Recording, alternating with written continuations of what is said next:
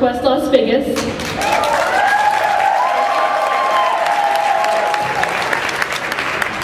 And I am a registered Republican.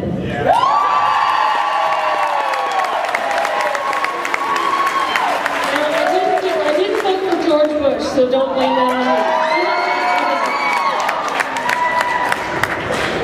me. I just wanted to say that it was 4 years ago when I watched the National Democratic Convention and I heard those inspiring words. Really good. And I decided at that time I had to make a commitment to Senator Obama when I actually said to my husband, I said, I want to vote for this guy. When is this guy going to run?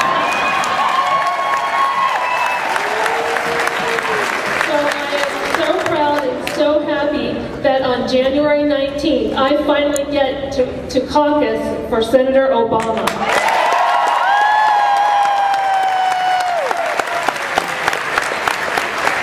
I know from my own personal experience, he's someone that can unite us all, Republicans and Democrats, for the common good of America.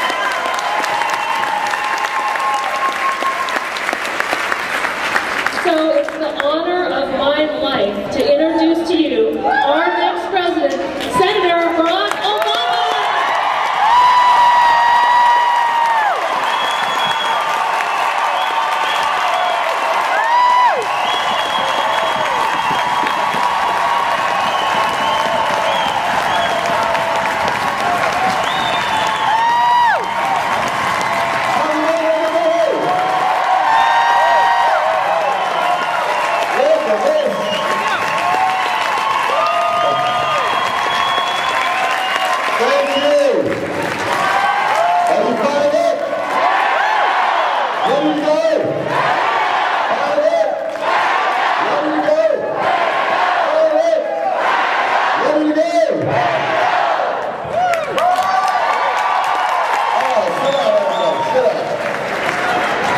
Let me talk to you. Let me take a look at you guys.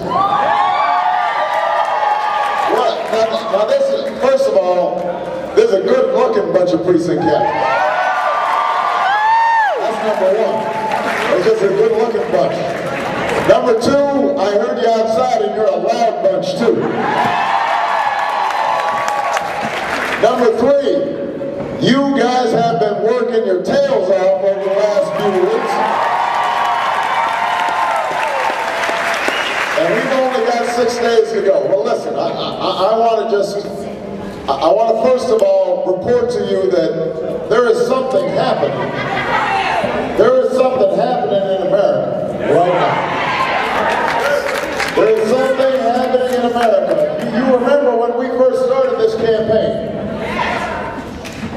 People said, why, Barack, are you running this time? You're a young man, you could wait. And I said, I am running because of what Dr. King called the fierce urgency of now.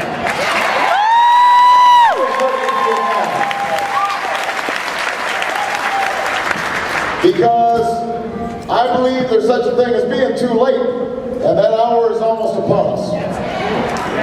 We're at a defining moment in our history.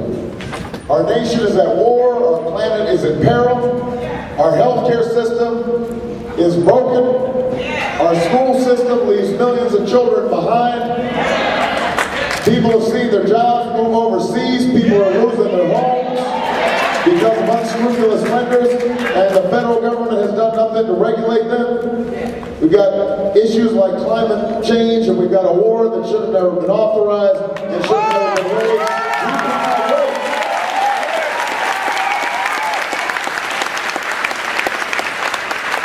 I said to people, we cannot wait to fix our healthcare system.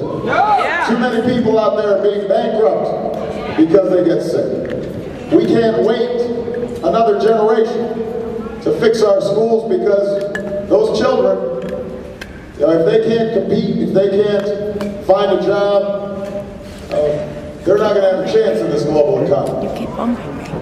I said we can't wait to deal with climate change. We can't wait to end this war in Iraq. It is time for us to bring our troops home.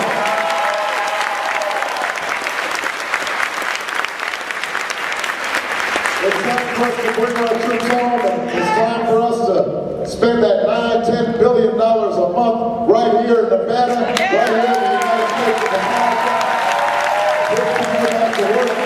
infrastructure.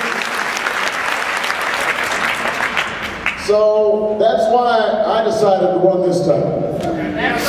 But what I also decided was that the size of our challenges had outstripped the capacity of a broken politics to fix. And I was betting that the American people were hungry for something new. That they wanted a politics that was based on our common ideals, not our divisions. That we wanted a politics that wasn't about tearing somebody else down, but was about lifting the American people up.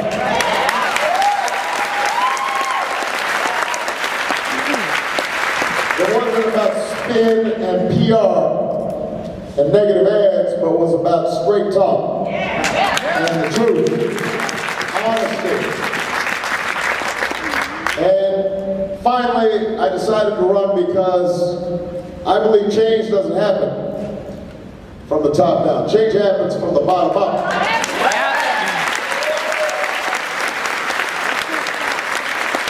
Change happens because the American people decide that change is going to happen. And what I realized was that we are a decent people and a generous people. That we are willing to work hard and sacrifice on behalf of future generations. And if we could just mobilize our voices to push against the special interests that dominate Washington, but also to challenge ourselves to be better, then there was no problem we couldn't handle and there was no destiny we could not fulfill. That was the bet I was making when I announced almost a year ago. And let me tell you something, over the last several weeks, my faith has been vindicated, and your presence here tells me that I was right. That I made the right decision. I made the right decision.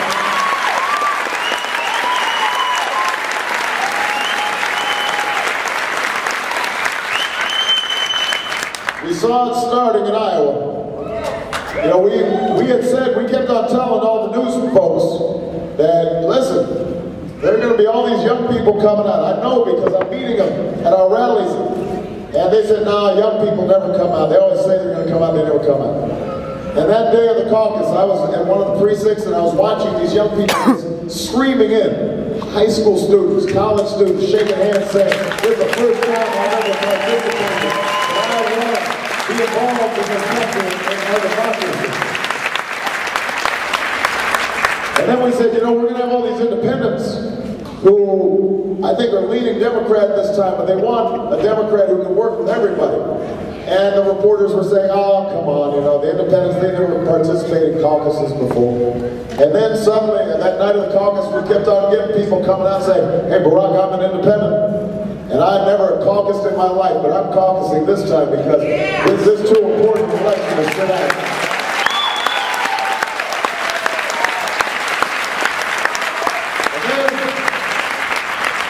And then we told reporters, listen, there are going to be a whole bunch of Republicans coming to caucus. I know because they come to my rallies, they whisper to me, Barack, I'm a Republican. I support you. And people would say, oh, no, come on, Republicans aren't going to change registration just to support you. And then that night, the Republicans, they weren't shouting anymore. They were coming in loud and clear. They said, hey, Barack, I'm a Republican. And I switched registrations because I think you can bring this country together, and that's what we need to make it happen.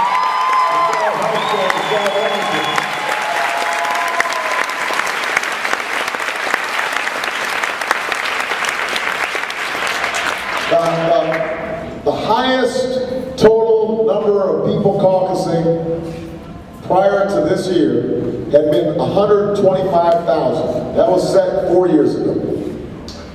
We had 225,000 people. And I will tell you,